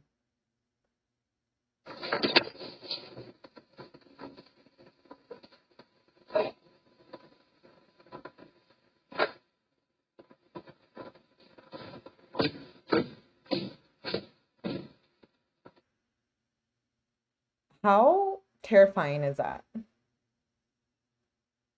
No, she didn't drive herself. Her boyfriend, she called her boyfriend and told him what happened. And of course, I'm sure he's probably like, what do you mean you were seeing someone else and then you got beat up? Like, he was probably like, what? But he was like concerned for her. Esther says she's just forcing her body to move. I know. She's struggling to even walk. Isn't this brutal? I know. I know. I know. I'm with you guys. I'm terrified. I'm terrified. I'm horrified. I'm disgusted. The next clip is her leaving to meet the attackers. So we just saw her leaving to go to the hospital, but now we're kind of backtracking. I know you're like, that's confusing, but this is her leaving to meet the girls who were acting like they were Daniel, but they were just luring her in to beat her up. So this is when she was first going to meet them.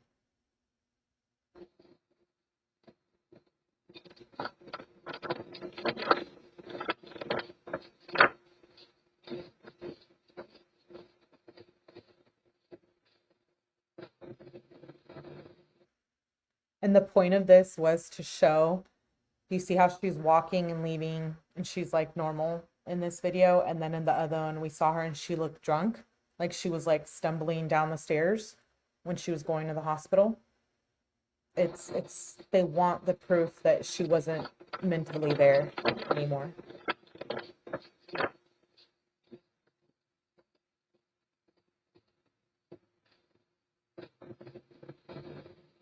So that's when she got the text to go meet the lover, but it was the lover's girlfriend who was going to attack her.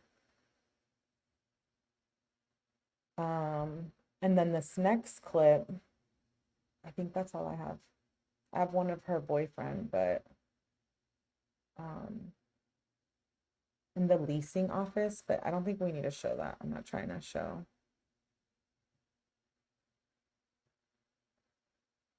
Stella says he took her to the guy that said your effing sister kicked me in the back. That was the kick that last, yeah. I have the videos, I know it's brutal, of her in the hospital, like when the detectives go and they realize that she had to have been life. I don't want to play those, so I don't know. Do you guys want to see those? I feel really bad playing them. I feel like I shouldn't, but they're public information. It's brutal though, like her lifeless body. I don't think I can play them. I'm sorry. Maybe we can do them on another live stream where we cover the interrogation interviews, and then maybe we can cover that part. Do you guys want to see it now? I don't know. I just don't think I can handle it. Right. The sister said so Janine Gonzalez said that she only pulled her hair and recorded it. So she recorded the beating and participated in, I'm going to share the screen so you guys can see what I'm talking about. So this is the sister, this is Janine, and she's the one who videotaped the beating. Involuntary manslaughter, max possible release date is August 11th, 2042. Life sentence, 20 years. So this is the sister. So she just recorded and pulled her hair. This girl, Antonetta Stevens, is who threw the punches and basically murdered her, in my opinion. I don't know why she only got 20 years. I'm horrified. JB says, imagine if Ashley's boyfriend found out and did the same thing. to Daniel. That's a good perspective. Mel's mom says it scares me because there's constant fights at school. Last year, a kid was hit and his head on the sink and went to seizure. And it just comes to a case of bullying, right?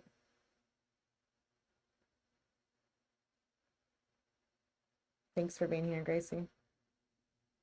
Horrific. I know. How could you?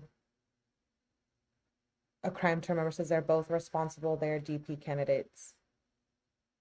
I know.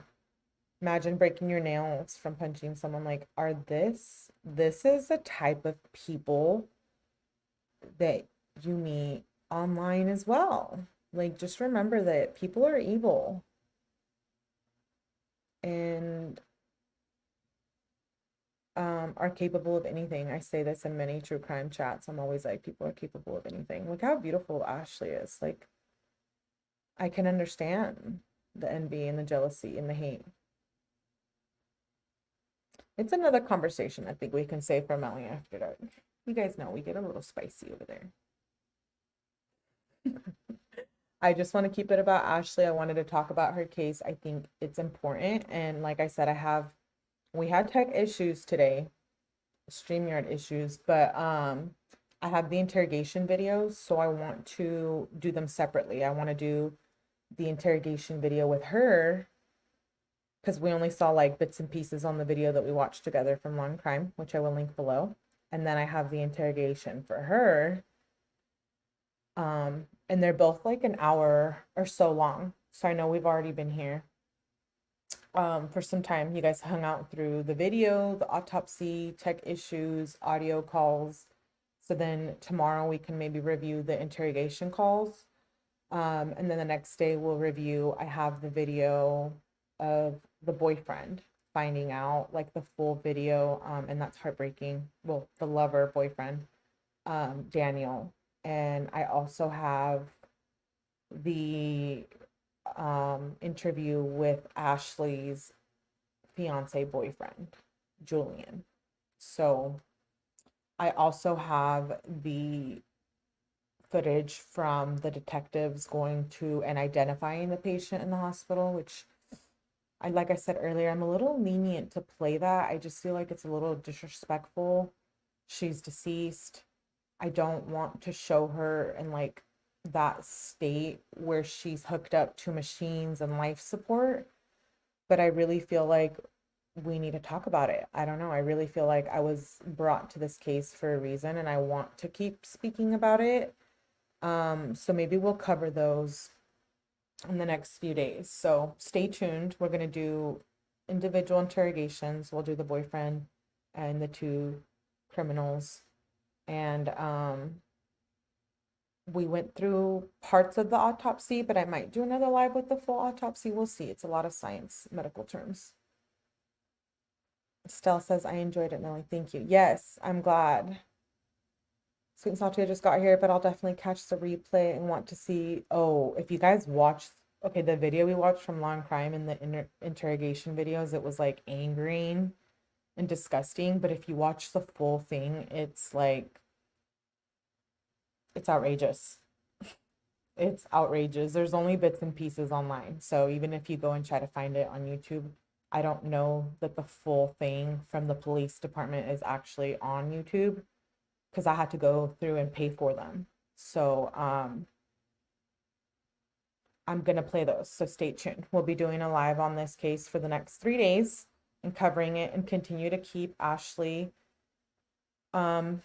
You know, this case wasn't talked about a lot. I was surprised. We talk about so much here on YouTube, and we all follow and mod for and support all these creators, but I hadn't seen anyone talk about this. JB says, do you need a FOIA request like you did for the full interview? Yeah, that's what I did. And I had to pay for some of them. So that's why I said, well, I got them all and I paid for them. So I might as well cover them with you guys. They're just a little bit long. They're like an hour to 2 hours long, but they're very much worth your time. I swear. When I watched both of them, I like called one of my good friends and I'm like, do I even want to cover this case? Like, I feel like it's so brutal. Lily says Melly After Dark. I told all vain about this case. I'm giving you a little preview. Melly After Dark. No, we got some stuff to talk about as a family on Melly After Dark. I just Googled it and I'm shocked that the poor girl was 30 years old and that people did this to her and were grown ass women. I thought they were all young. No. Ashley was 30. Antonetta, this female right here who threw the punches, she was 27 at the time. And then the sister, Janine Gonzalez, at the time was, I think, 17 or 18. So I can understand why she would maybe get 20 years. She just videotaped it. But this girl I thought needs to get life.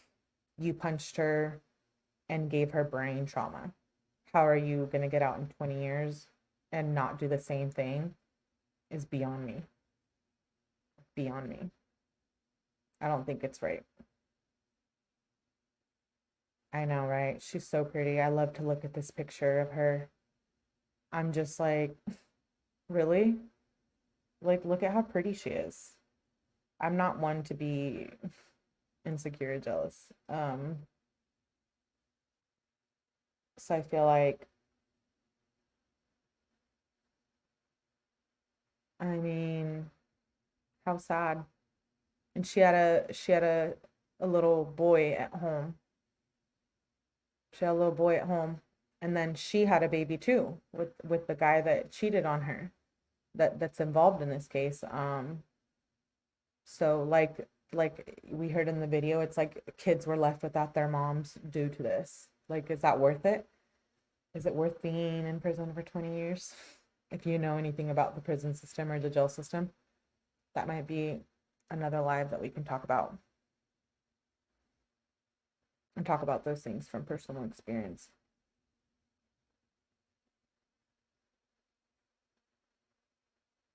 Okay, so I have 3 kids, 28, 29, right? Esther says, Te quiero, keep doing what you're doing, the victims. Thank you, Esther. I appreciate you guys for being here. I know this was like a downer and it's like, oh, brutal. And like when I first watched this and then I got all the police department footage, I was upset. I was like in my feelings yesterday, which is why I didn't go live. I was just like, my energy, like it was just off. I felt really like, how can I like take this information all in and then go and like talk about it and try to be like somewhat cool? Because it's hard for me to sit here and say that and say anything that's not nice. But I'm gonna keep my cool. For the sake of YouTube, I appreciate you guys for being here, truly. I know we had some tech issues. Like I said, we went through the true crime video with Law and Crime. I have the autopsy. Once we review interrogation videos, if you guys want to go through like a deep review of the autopsy, we can do that. Like I said, I just felt like certain parts of it and the scientific parts of it, I wanted to just not bore you guys. Not that this is boring, because it's important what happened to her, but I feel like we get the gist of it, right? There was damage to her adrenal gland, laceration to her liver, chest, abdomen. So we get the point. But anyways, thank you guys for being here. I'm so glad you guys stuck around after the tech issues and stuck around to hear about Ashley's case. Like I said, I have all the documents and all the body cam footage. So tomorrow we will cover the first interrogation video, and then we'll do the second one, and we'll do the boyfriend, and then we can go from there. I think it's important, even though they're both already in jail and sentenced, I think that Ashley deserves more justice than that, at least for the person who physically laid hands on her. I think that's a disgrace, the punishment she got. Thanks, Mike. Absolutely. Yeah. Emily says, YouTube always says if you can't say something nice. Lily, it's such a basic quote, but so meaningful if everyone can just take that in. Thank you, Gracie. I appreciate you for making it. I know we're on different time zones, and I appreciate you guys all for hanging out through the tech issues and the sadness of it all. Keep Ashley in your mind and in your prayers, even though she's deceased and not here with us. But like, can you imagine being a mom and getting that call like you just lost your daughter due to some bullies? Like, can you imagine? I think it'd be different if like, oh my gosh, there was like a natural disaster, like a fire. But like, she just went out to try to give her boyfriend or lover a ride when he said that he was homeless. And it wasn't him. Can you imagine? I'm sorry, I'm stuck on that. I appreciate you guys for being here. That was the case of Ashley Bocanegra, out of Georgia, Gwinnett County, Georgia, 30 years old, deceased, lost her life due to a brutal love triangle that ended in a brutal fatal attack. That's the frustrating part. I know. Still though, 20 years in jail, we might think like, oh, it's not enough, but it's a lot when it comes to terms of like not having your freedom, and it's not enough, in my opinion. I think they both should have got life. I know I'm harsh. The chick had to be good by using similar wording the guy used. Well, it's his girlfriend. You know that she knows how he talks. A very tragic story, but I have seen it on no one else's channel other than like, I saw it on like ABC News, Law and Crime, Georgia News stations, channels. Christina Randall covered it. If you follow her true crime, she's really good. I want to say maybe there's like another one or two creators that like touched on it and covered the main parts of it, but I haven't seen anyone have all the body cam footage and all of the criminal investigation side of it. So I was really excited to get that and share it with you guys. Not planned, but they wanted to fight her. Interesting. It wasn't planned. It wasn't planned in the sense that Janine went to her and was like, hey, I just found out my brother's texting this girl. And then Antonetta was like, that's my man, like, you know. And so was there intention in planning a little to lure her in, I feel like? Or am I wrong? And then I don't know, the whole taking his phone and luring her in, I think, is a sign of evil.